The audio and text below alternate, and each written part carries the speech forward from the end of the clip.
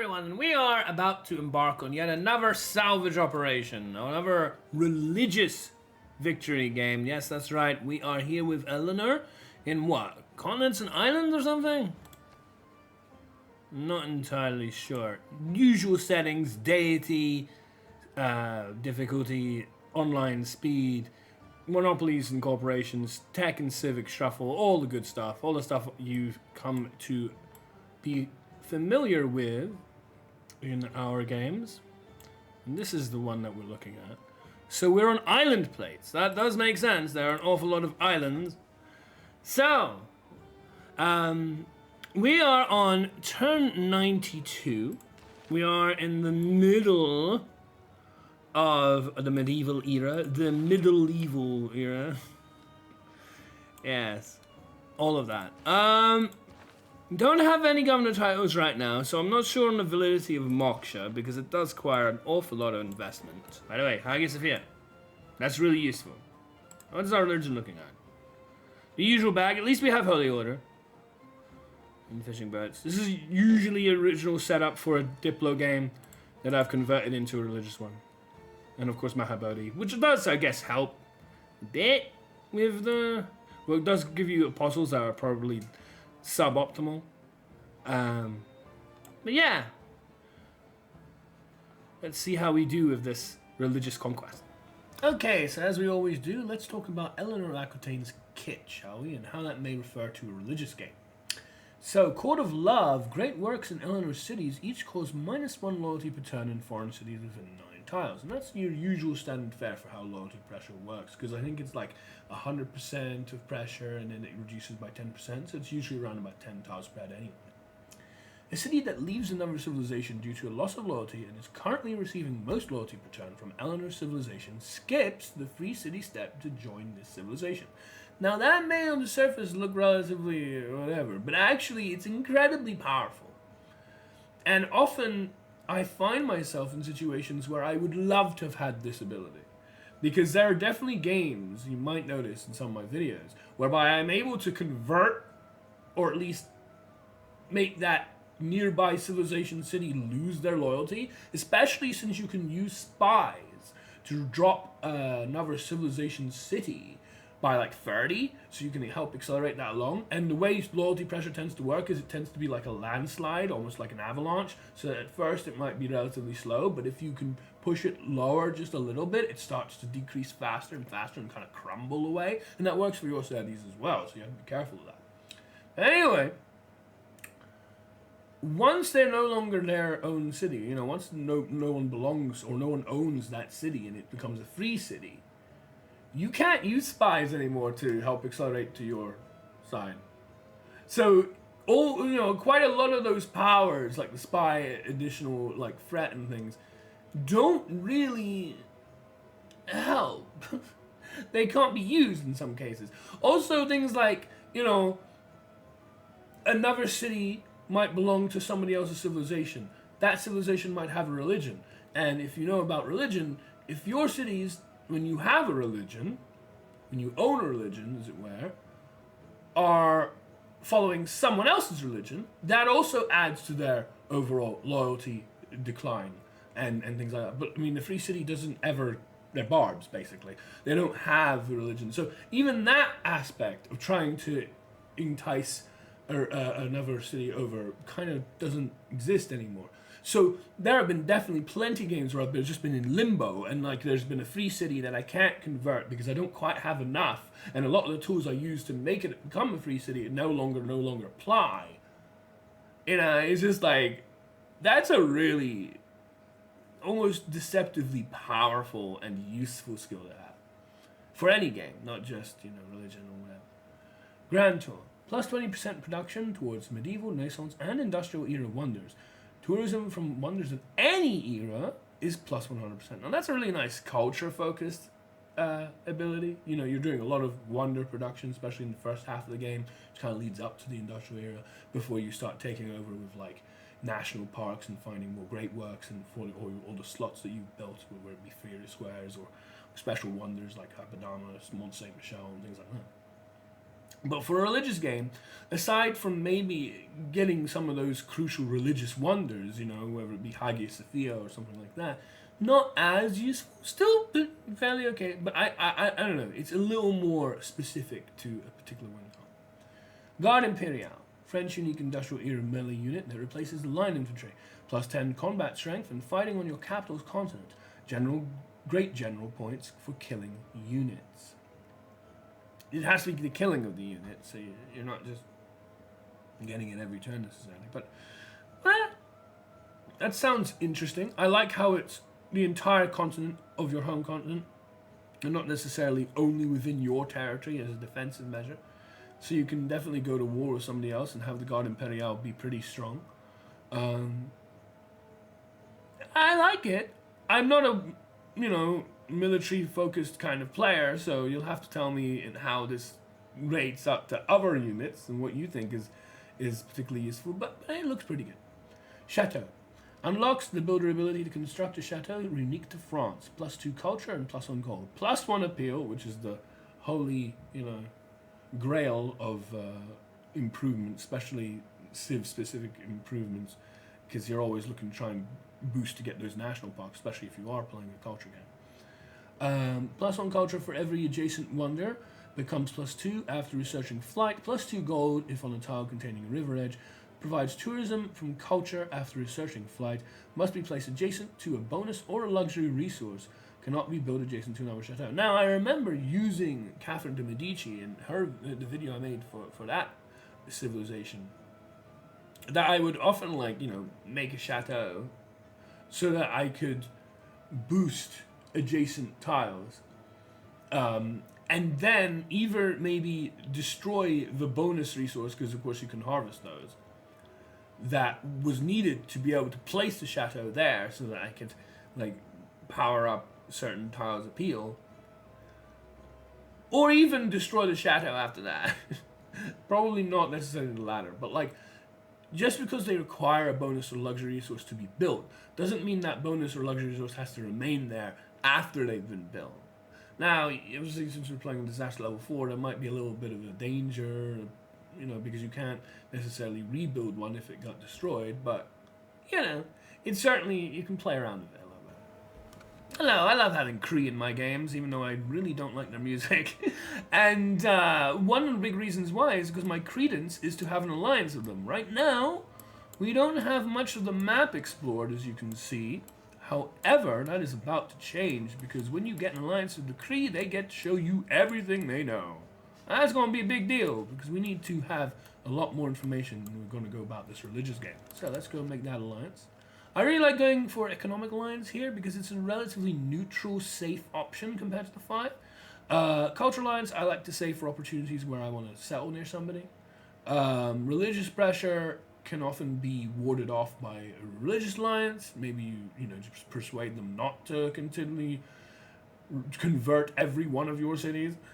Military alliance is very dangerous, because unless you're friends with everybody, and I mean everybody, if the Cree decide to go to war with, say, Suleiman, I don't have any choice. They drag me to war with them as well. And you don't really want that when you're trying to do your own thing. And then, of course, Research Alliance, well, science is the biggest threat to any AI-based game of Civ 6, so you don't want to encourage and, improve their chances of usurping you in these precious turns. So, Economic Alliance it will be. We see that we can get a little bit of money out of the deal. Let's accept that. Get our nice boost for having an alliance with diplomatic service. And all of a sudden we have a lot more map. We don't need to necessarily manually explore all of it, which is really, really useful. And over here is Yerevan! Yeah! Good old trusted Yerevan. You know how often I talk about this in a religious game and how valuable and precious it is to have Yerevan alongside us. So it's very good to see them in this game too.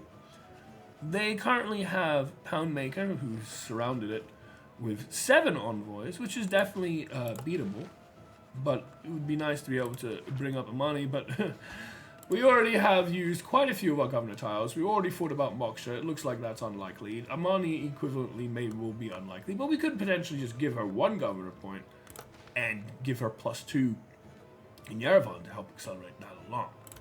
But hopefully, with the boosts that we'll get both from having envoys in these sort of religious city-states and having the promotions that we want, we can go about conquering the world as we see fit.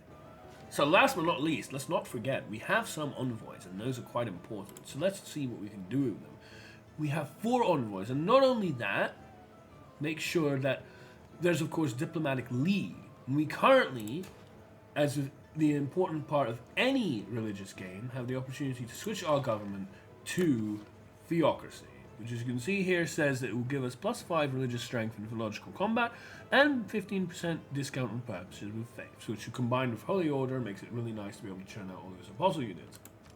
So let's make sure that we make that swap. And when we do, we want to take this out for a second and bring in this so that we can make sure that when we accelerate towards Yerevan that we're a little quicker in doing so, as well as probably getting a +100% holy site adjacency bonus. Now, at the moment we don't have many holy sites, but we're obviously planning and in the process of building more of them. So as this game goes on, this will become more and more useful. So let's make sure that we have it. And of course, we can now place more envoys into Yerevan. And not just that, for the benefit, he's already produced a little more, of our faith, it is probably a wise idea to make sure that we put in the last 2 envoys in here. We are still wanting to pursue Susaning Yerevan, but we're not going to make it even if we moved it up to 5. Whereas these 2, if we can get these up to 6, our faith economy will be vastly, significantly boosted with these bonuses that we get. +2 faith in every temple building and all these shrine buildings and +2 faith and all that sort of stuff. Very, very beneficial to do that. But in the meantime, I wanted to show you something that's quite rare to this game in particular due to the landscape that we have, the particular terrain that we have available. And it's what I like to call through the ringer. So as you can see here, we are under threat from quite a few barbs. There's a couple of line infantry and there's a musketman. They have stronger units than we do. However, using the train to our advantage, we might be able to usurp them anyway. So, we have a couple of mountains here. We have almost like a figure 8 of land that we can walk through. And a lot of these are either hilly or they have like woods features, so that there are at least 2 tiles required to move. And of course, line infantry can only move up to 2 movement points at a time. So it can never really catch our spearmen, but it certainly is attracted by it. So if we allow this spearman to continue to corral this line infantry in and around technically these tiles, we can use our mini fleet of quadriremes, as you can see here, to keep throwing pot shots at it until it hopefully either is weak enough to deal with directly or even dies. So, and there it goes, there goes. You see this line infantry is now already on red health. And how did that happen? Well, because we kept shooting at it. So again here, go around with this one, take a little bit of a shot, go around with this one. Well, we could consider promoting this one to make this a little faster. We'd have to go this way. Yeah, I guess we could do that. And get this one to shoot. And then move this spearman again, just slightly away. So that eventually, maybe it might get as weak as this one. It's just a funny little thing I thought I might show off. So, a few moments ago, we were able to make quite the precarious settlement. It's right adjacent to a pretty strong and dangerous barbarian camp, and even one of the tiles the barbarian camp is sitting on is something that we want to eventually build a district on. This little island has a couple of tiles that will be submerged, but generally speaking, it's quite good terrain to be able to make our new city. However, how do we make the most out of this situation, given that it's kind of scary how these barbarians are more than strong enough, especially the Ironclad, of just straight up taking down Limoges if they wanted to? Well, when you buy the tile of barbarian camp, you get to do 2 things. One is to remove the barbarian camp itself, and the other is to make yet another unit. However, in this case, with a beautiful barbarian conversion of our human conversion ability, we can take full advantage of that. May I make a suggestion? No. And generate 3 additional units, which, you know, I mean, if we need to deal with any other barbarian pressure, like this ironclad over here, pestering not, we now have a couple of our own ironclads to go down south and get rid of it. Eleanor's up to our old tricks again, and this time not using a single piece of great work to do it. Because we have just managed to convert Yangshan, or Yangsan, from the Korean Empire to us. Woohoo! Let's keep it. We get some nice favor era score from that as well. We can consider we have a theater square ready and a campus, so we're going to need to grow this city more if we're going to build any more districts and get a holy site down as quickly as possible. Probably best to buy a builder in this case then, I would say, because then we can move it, chop down a couple of these rainforests. Let's buy these rainforest tiles, shall we? 2 tons for that.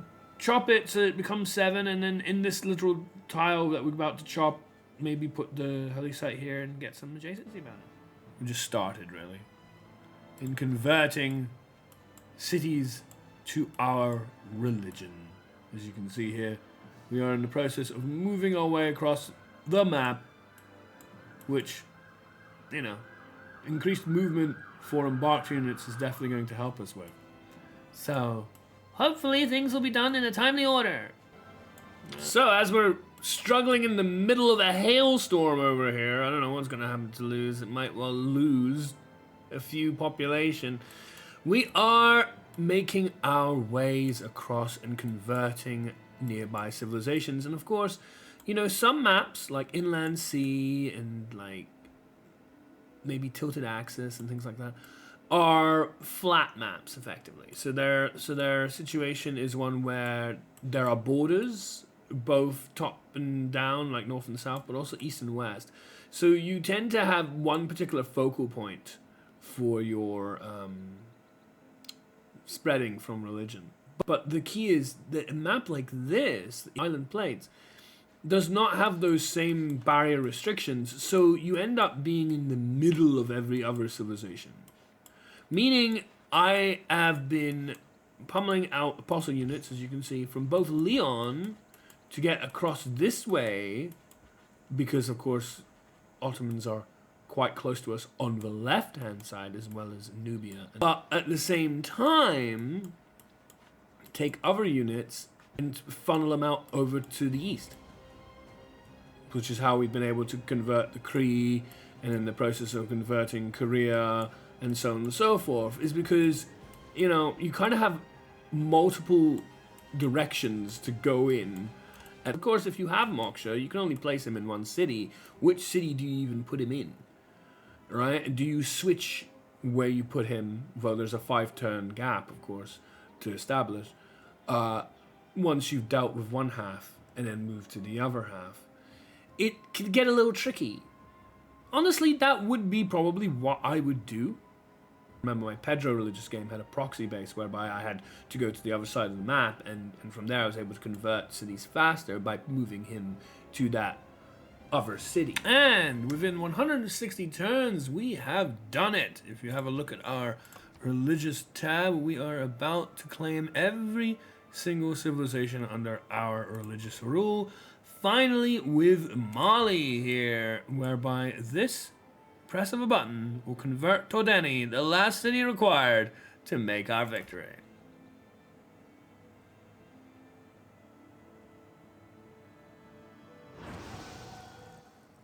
We have a basic need to believe in something greater than ourselves.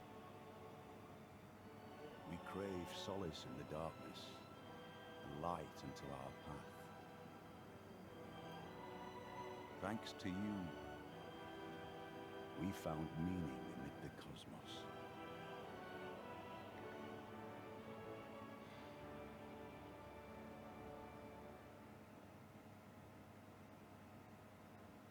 Thank you for joining me on this grand journey. I hope you liked the video, and if you did, don't forget to like it, subscribe to the channel, maybe leave a comment below, and I'll see you next time.